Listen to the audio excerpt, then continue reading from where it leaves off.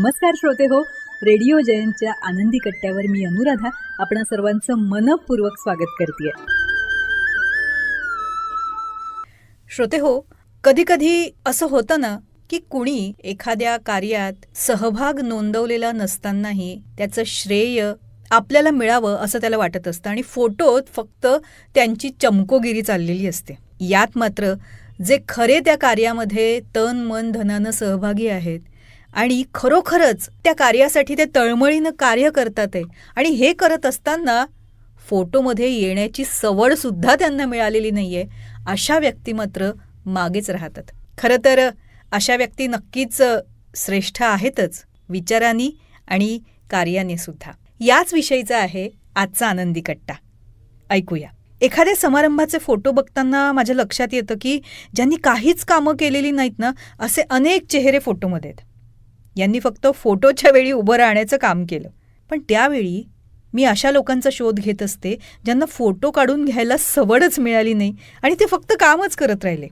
थोडंसं मागे गेलं ना की रामायणातल्या शत्रुघ्नाच्या कार्याकडे आपलं लक्ष गेलंच पाहिजे. कल्पना करा की दोघं भाऊ वनात आहेत. भरत नंदीग्रामात आहे. 14 वर्षापर्यंत अयोध्येचं साम्राज्य सांभाळायचं आहे. ज्या साम्राज्याला राजा नाही असं राज्य सांभाळायचं आहे. तुम्ही राजनीतीशास्त्र कधी वाचलं असेल तर राजनीतीशास्त्रामध्ये राज्यावरचं सर्वात मोठं संकट अराजक हे.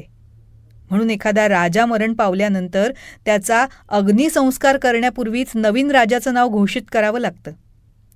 राजनीतीप्रमाणे असा एकही दिवस नसावा की ज्या दिवशी राज्याला राजा नाही. अयोध्येला 14 वर्ष राजा नाही. पादुकांची सेवा करत श्री भरत नंदीग्रामात बसलेले आहेत. दोघं भाऊ वनात आहेत. वडील स्वर्गवासी झालेत. अयोध्येचं राज्य 14 वर्ष कुणी सांभाळलं मग? ज्या ठिकाणी राजा नाही अशा ठिकाणची सेना अस्ताव्यस्त होते. काही लोक विद्रोह करतात. मंत्रिमंडळ, सेना, राज्याचा कोश हे सारं सांभाळणं सामान्य गोष्ट नाही आहे. रायगडावर छत्रपती शिवाजी महाराजांच्या पश्चात काय भयानक घटना घडल्या हे शिवचरित्रात आपल्याला वाचायला मिळतंच. म्हणजेच काय, एखाद्या मोठ्या माणसाच्या मृत्यूनंतर राज्यकारभार सांभाळणं किती अवघड असतं हे लक्षात येतं. शत्रुघ्नाला फक्त राज्य सांभाळायचं नव्हतं, तर घरामध्ये असलेल्या 6 महिलांना सुद्धा सांभाळायचं आहे. प्रत्येकीची मनोवृत्ती भिन्न आहे. कौसल्या माता रात्रंदिवस अश्रुपात करतीये. कैकई माता अंतःकरणातून दग्ध होती. तिला आता आपल्या कर्माचा पश्चाताप होतोय. उर्मिलेच्या नेत्रातल्या आसवांना तर खळ नाहीये. मांडवीचा पती भरत अयोध्येजवळच नंदीग्रामात आहे, पण ती तिथे जाऊन पतीला भेटूही शकत नाही. थोडा या परिस्थितीचा विचार केला ना तर लक्षात येतं 14 वर्ष इतक्या महिलांना सुखावत सांभाळणं ही सामान्य गोष्ट नाही आहे. शत्रुघ्नाचं जीवन यातच अर्पित आहे. सगळं कर्तृत्व या धाकट्या भावाचं आहे. अयोध्येचं संपूर्ण राज्य आणि सेना त्यानं 14 वर्ष सांभाळली आणि एवढं करूनही 14 वर्षानंतर श्रीरामचंद्र जेव्हा परत आले तेव्हा त्यांच्या स्वागतासाठी शत्रुघ्न सर्वात पुढे नाही, तर पुढे गुरुदेव वसिष्ठ जातात. नंतर रामाच्या पादुका घेऊन भरत जातो. भगवान राम परत आल्यानंतर सारे जण राम भरत भेटीचं वर्णन करतात, पण शत्रुघ्नाचं वर्णन कोणी करत नाही. कारण श्रोते हो, ही मंडळी फोटो करता नाहीतच, पण ते फोटोत दिसत नाही म्हणून त्यांनी काही काम केलं नाही असं म्हणणं कृतज्ञपणा ठरेल. एखादं उत्तम देऊळ असतं. लोक त्याच्या शिखराकडे पाहतात, भिंतींकडे पाहतात, सुंदर कलाकुसर पाहतात. पण हे सगळं मंदिर पायातल्या ज्या दगडांवरती उभं असतं ना, त्या दगडांकडे कुणाचं लक्ष जात नाही.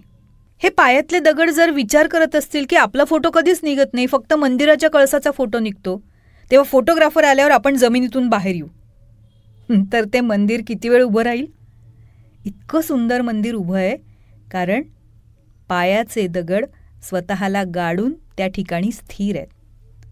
म्हणून मला नेहमीच वाटतं की पायामध्ये गाडल्या गेलेल्या पत्थरांचा प्रतिनिधी म्हणून देवाच्या मंदिरात प्रवेश करताना आपण पहिल्या पायरीला प्रणाम करतो. त्याचप्रमाणे रामाच्या मंदिरात प्रवेश करताना पहिला प्रणाम या शत्रुघ्नाला करणं फार आवश्यक आहे, कारण त्या पायाखालच्या दगडावर अयोध्येचं दिव्य वैभव उभं राहिलं.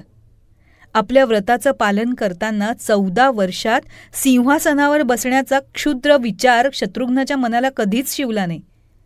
वनात राहून वनवासाचे नियम पाळणं सोपं आहे.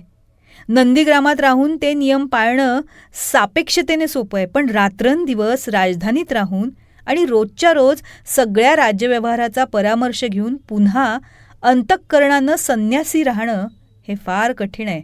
आणि एवढं सगळं करून शत्रुघ्न कुठेही मीपणा मिरवत नाहीये. म्हणूनच जेव्हा आपल्याला अमुक गोष्ट मी केली आहे असा अहंकार होईल ना, तेव्हा शत्रुघ्नाचं स्मरण करायलाच हवं. त्या पायाखालच्या दगडाला आठवा. म्हणजेच आपली भारतीय संस्कृती किती आत्मविलोपिनी आहे हे कळेल. सगळी कामं व्यवस्थित पूर्ण करून मला काहीही नको हा विचार आपल्या मनात यायला हवा. नव्हे, ती आणण्याची सवय करायला हवी. जमेल? कारण हे जमलं ना तर नक्कीच आपल्या मनातल्या अहंकाराचं दहन होणार आहे. तेव्हा श्रोते हो, हा होता आनंदी कट्ट्यावरचा आजचा सुंदर विचार. तुम्हाला तो कसा वाटला याविषयीची तुमची कमेंट बॉक्समध्ये नक्की लिहा. आणि त्याचबरोबर रेडिओ जयंतचे दर्जेदार कार्यक्रम ऐकण्यासाठी रेडिओ जयंत लाईक करा, शेअर करा आणि सबस्क्राईब करा. रेडिओ जयंतचं सबस्क्रिप्शन फ्री आहे. आणि त्याचबरोबर नोटिफिकेशनसाठी बेल आयकॉनवर क्लिक करायला सुद्धा विसरू नका.